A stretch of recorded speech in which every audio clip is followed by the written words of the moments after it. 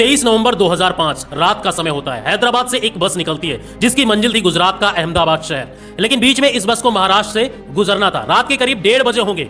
बस महाराष्ट्र से सांगली पहुंची, तभी गुजरात के anti terrorist squad Gujarat STF ने इस बस को चारों तरफ से घेर कर रुकवा दिया और इस बस से 3 लोगों को नीचे उतारकर एसटीएफ ने अपनी गाड़ी में बिठा दिया। जो 3 लोग थे वो थे सोहराबुद्दीन शेख, उसकी पत्नी कौशरबी और उनका एक साथी तुलसीराम प्रजापति। 3 दिन बाद 26 नवंबर 2005 को सोहराबुद्दीन को 8 गोलियां मार दी जाती है, जिसे गुजरात के deputy inspector general of police DG Banjara encounter बताते हैं। और ये वो एनकाउंटर था जिसने पूरे देश को हिलाकर रख दिया और देश के दूसरे सबसे ताकतवर व्यक्ति अमित शाह को कटघरे में लाकर खड़ा कर दिया। ये वो एनकाउंटर था जिसमें 3 राज्यों के 38 पुलिस इंस्पेक्टर, कद्दावर पॉलिटिशियन, बड़े बड़े उद्योगपतियों को सलाखों के पीछे धकेल दिया था। कैसे ये गैंगस्टर के फेक एनकाउंटर से होता हुआ सीबीआई के स्पेशल कोर्ट के जज जस्टिस लोया के रहस्यमयी मौत तक पहुंच जाता है, कैसे इस केस में कई रहस्यमयी विवादास्पद कहानियों को जन्म होता है, और ये भी जानेंगे कि आखिर आने वाले समय में क्या असर पड़ा हमारे इन तमाम सोसाइटी के लोगों पर। दोस्तों, इस केस में पूरी कहानी और सीबीआई के द्वारा सबमिट की गई चार्जशीट और मीडिया हाउसेस द्वारा प्रकाशित हुए खबरों के आधार पर, उसी के आधार पर हम आज इस पूरे विषय पर आज इस कई तथ्यों पर हम नजर डालेंगे और एनालिसिस करेंगे। उसी के आधार पर हम अपने पर्सनल पॉइंट ऑफ व्यू से कोई भी तथ्य नहीं जोड़ने वाले हैं। तो चलिए देश के सबसे चर्चित एनकाउंटर केस के केस स्टडी शुरू करते हैं। पूरे साक्ष्य और प्रमाणों के साथ समझने की भी कोशिश करेंगे। सोहराबुद्दीन शेख इस कहानी का मेन किरदार होता है। इसने अपने आपराधिक कैरियर की शुरुआत अपनी जन्मभूमि उज्जैन से ही शुरू कर दी थी। 1995 में सोहराबुद्दीन एक ट्रक ड्राइवर था और अपने जीवन का निर्वहन कर रहा था। यहां उसकी मुलाकात होती है छोटा दाऊद और बाबू पठान से। दोनों शख्स अंडरवर्ल्ड के डॉन दाऊद इब्राहिम के लिए काम कर रहे थे। सोहराबुद्दीन भी इनके साथ जुड़ गया। ट्रक ड्राइविंग के साथ साथ स्मगलिंग का धंधा शुरू कर दिया। हथियारों की तस्करी में सोहराबुद्दीन उस्ताद बन चुका था। तब सोहराबुद्दीन के अंदर अपना सिक्का जमाने की उसकी लालसा बढ़ी। उसने फिरौती रंगदारी वसूलना शुरू कर दिया। उसके बाद गुजरात के मार्बल व्यापारियों पर उसकी नजर पड़ती है। अब सोहराबुद्दीन मार्बल व्यापारियों से हफ्ता वसूली करना शुरू कर देता है। उस दौर में राजस्थान में एक लोकल गुंडा हुआ करता था जिसका नाम था हामिद लाला। उसे सोहराबुद्दीन और उसके आदमियों ने भरे बाजार में मार दिया और यहीं से राजस्थान और मध्य प्रदेश में सोहराबुद्दीन का दबदबा बढ़ गया।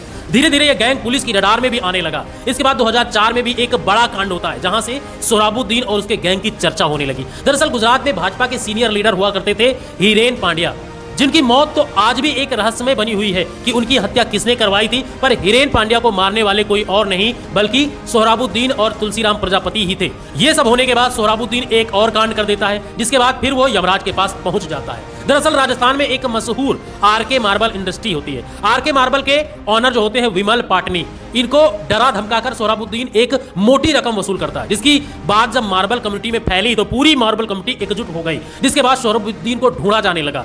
इसके बाद ये लोग पहुंच गए गुजरात के तत्कालीन गृह मंत्री गुलाब चंद्र कटारिया के पास, जहां उन्हें बताया जाता है कि किस तरीके से सोहराबुद्दीन ने हमारा जीना दुश्वार कर दिया है, इसका कोई हल निकालें। लेकिन इस गैंगस्टर की पहुंच कहां तक होगी ये इसी बात से पता चलता है कि गुलाब चंद्र कटारिया गृह मंत्री होने के बावजूद सोहराबुद्दीन के साथ अपने ही राज्य में कुछ नहीं कर सकते थे। तब गुलाब चंद्र कटारिया और सारे मार्बल व्यापारी मदद की उम्मीद लेकर पहुंच जाते हैं अहमदाबाद और यहां एंट्री होती है अमित शाह की। यहां अमित शाह को सारी बातें बताई गई। एक गैंगस्टर हमें बहुत परेशान कर रहा है जिसकी वजह से हमारा धंधा चौपट हो रहा है। तब अमित शाह इसका इलाज निकालते हैं और यहीं से शुरू होता है पूरा रक्त चरित्र। उस समय के गुजरात के एसटीएफ हुआ करते थे डीजी बंजारा। अमित शाह की तरफ से उन्हें यह पूरा टास्क दिया गया कि सोहराबुद्दीन का कुछ हल निकालें। तब क्राइम ब्रांच के हेड हुआ करते थे अभय चुडासमा। डीजी बंजारा ने अभय चुडासमा को यह जिम्मा सौंपा, जिसके तहत पूरा प्लान बनाया गया। प्लान के तहत सोहराबुद्दीन को गुजरात लाना था, पर गुजरात लाएं तो लाएं कैसे, क्योंकि ये मध्य प्रदेश और राजस्थान में अपराध करता था और राजस्थान में ही इसके खिलाफ मुकदमे थे। गुजरात में तो एक भी मुकदमे नहीं थे। कहा जाता है कि तब अभय चुडासमा ने सोहराबुद्दीन को एक टिप्स दी। राजस्थान के रियल एस्टेट के बड़े बिजनेसमैन रमन पटेल से उन्होंने कहा कि तुम बहुत सारा वसूली कर सकते हो, पर इसके लिए तुम्हें गुजरात आना पड़ेगा। उधर सोहराबुद्दीन था बहुत होशियार। खुद पुलिस ने उसे टिप्स दी थी तो उसे भरोसा नहीं हुआ। वो खुद गुजरात नहीं आया बल्कि उसने अपने साथी गैंगस्टर तुलसीराम प्रजापति और डेनियल को गुजरात भेजा। ये दोनों गुजरात आए। रमन पटेल उनके भाइयों पर गोलियां भी चलाई। उधर पुलिस का प्लान था, दोनों को पकड़ लिया गया। पुलिस ने अरेस्ट भी कर लिया उन दोनों को। इसके बावजूद पुलिस का प्लान अधूरा रह गया, क्योंकि जिसके लिए जाल बिछाया गया था वो तो आया नहीं। खैर, पुलिस ने इन दोनों को रिमांड पर लिया। इन दोनों ने स्वीकार भी किया कि सोहराबुद्दीन के कहने पर ये लोग आए थे। इसके बाद डेनियल को पुलिस ने अपने पास रखा, लेकिन तुलसीराम प्रजापति को इन्फॉर्मर बनाकर छोड़ दिया। अब इनसे कहा गया कि तुम सोहराबुद्दीन की हर एक्टिविटी के बारे में हमें बताते रहोगे। अब इंतजार की घड़ी खत्म होने वाली थी और दिन आता है 23 नवंबर 2005 का। तुलसीराम प्रजापति ने पुलिस को बताया कि सोहराबुद्दीन इस तारीख को हैदराबाद से अहमदाबाद जाने वाला है और उसके साथ उसकी पत्नी और वो खुद यानी कि तुलसीराम प्रजापति भी रहेगा। उधर गुजरात पुलिस ने हैदराबाद से अहमदाबाद आ रही बस को महाराष्ट्र के सांगली में रोक लिया और वहां से सोहराबुद्दीन और उसकी बीवी कौसरबी और प्रजापति को भी हिरासत में ले लिया गया। इसके बाद गुजरात एसटीएफ ने तीनों को लेकर आती है गुजरात के गांधीनगर के पास जमीयतपुरा में एक फार्म हाउस था। इसके ठीक 3 दिन बाद 26 नवंबर 2005 का दिन था। सुबह के 4 बज रहे थे। गुजरात और राजस्थान की पुलिस की टीम दिशा फार्म हाउस पर पहुंचती है और यहां से अकेले सोहराबुद्दीन को लेकर जाया जाता है अहमदाबाद और विशाल टोल पॉइंट के बीचों बीच एक सुनसान जगह पर बताया जाता है। वहां पर फेक एनकाउंटर के सारे संसाधन पहले से ही मौजूद थे, जहां एक बाइक रखी हुई थी ताकि ये दिखाया जा सके कि पुलिस को जवाबी कार्रवाई में उसका एनकाउंटर करना पड़ा। उस एनकाउंटर पॉइंट पर डीजी बंजारा थे, आर पांडियन थे, राजस्थान के आईपीएस ऑफिसर एमएन दिनेश और भी कई सारे पुलिस वाले। बताया जाता है कि सोहराबुद्दीन को वहां पर 8 गोलियां मारी गई और इस घटना को एनकाउंटर का नाम दिया गया। और फिर बताया जाता है कि सोहराबुद्दीन को लश्कर तैयबा के साथ संबंध रखते थे, वही पाकिस्तानी जो खुफिया एजेंसी आईएसआई है उसके साथ भी इसके संबंध बताए जाते हैं। ये सारी बातें पुलिस की तरफ से मीडिया को बताई गई और प्रशासन को बताया गया, कोर्ट में बताया गया। अब बात आती है कि आखिर सोहराबुद्दीन की पत्नी का क्या हुआ। तो सुनो, बताया जाता है कि उस दिन कोसरबी को भी उसी फार्म हाउस से निकालकर डीजी बंजारा के गांव ले जाया जाता है जहां उसकी हत्या कर दी गई। अब तीसरा सवाल, प्रजापति का क्या हुआ। पुलिस ने दूसरी बार भी प्रजापति को गवाह बनाकर छोड़ दिया। इसके 1 साल बाद तक प्रजापति राजस्थान की जेल में रहा, जहां उसे अक्सर गुजरात लाया जाता था पूछताछ के लिए। अब प्रजापति को भी शक हो गया था कि मुझे भी एनकाउंटर में मार दिया जाएगा, इसलिए उसने उसी वक्त मानवाधिकार के कुछ लोगों को अपनी बात बताई। उसके बाद यही हुआ, 2006 में तुलसीराम प्रजापति को राजस्थान बॉर्डर पर एनकाउंटर में ढेर कर दिया गया। तो कहीं ना कहीं 1 साल में यह केस दब गया।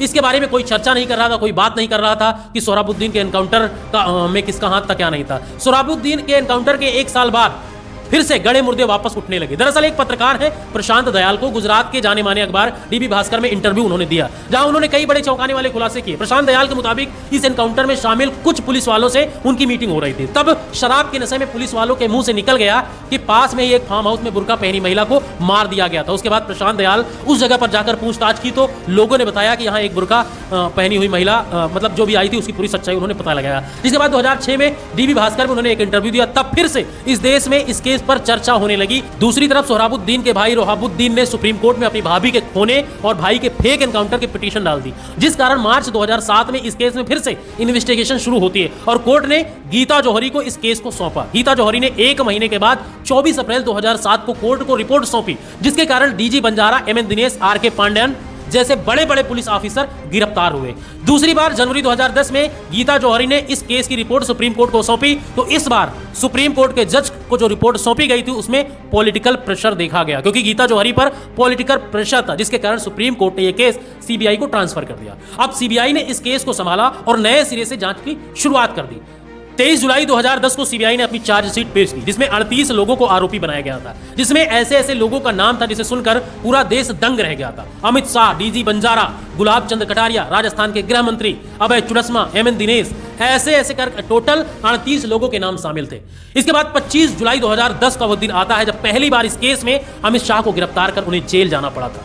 लेकिन 29 अक्टूबर 2010 को अमित शाह जमानत पर बाहर आ गए। अब सुप्रीम कोर्ट को कहीं ना कहीं यह लगने लगा था कि गुजरात में यह केस कैसे सॉल्व होगा। उन्होंने सितंबर 2012 को सुप्रीम कोर्ट ने यह केस हाई कोर्ट से हटाकर मुंबई ट्रांसफर कर दिया। मुंबई में 3 केस, सोहराबुद्दीन फेक एनकाउंटर, कौसरबी हत्या और तुलसीराम प्रजापति के एनकाउंटर को मर्ज कर दिया, तीनों केस को। यहां से यह केस और भी स्ट्रांग बन गया। अब जब स्पेशल कोर्ट के पास ये केस पहुंचा तब यहां पर तय हुआ कि इस केस में शुरू से लेकर आखिरी तक एक ही जज फैसला सुनाएंगे, लेकिन ऐसा नहीं हुआ। 3 जजों ने केस देखा। पहले इस केस को संभालते हैं जेटी उत्पट, ये 1 साल तक इस केस को देखते हैं, लेकिन फिर उन्हें ट्रांसफर कर पुणे भेज दिया गया। अब इस केस को संभालते हैं जस्टिस लोया, लेकिन 31 अक्टूबर को इस केस की सुनवाई थी, पर 30 अक्टूबर को एक शादी समारोह में उनकी रहस्यमयी तरीके से मौत हो जाती है। इसके बाद तीसरे जज आते हैं एमडी गोस्वामी। 30 दिसंबर 2014 को अमित शाह को इस केस से बरी कर दिया जाता है। इसके बाद एक एक करके सारे लोगों को बरी कर दिया जाता है, क्योंकि इस केस में जितने भी गवाह थे वे सारे अपने बयानों से मुकर गए और सबूत भी पूरी तरीके से नहीं थे। और इस तरीके से आज भी ये केस एक रहस्यमय बना हुआ है, क्योंकि आज भी कुछ लोग ये मानते हैं कि आरोपियों को सजा नहीं मिली।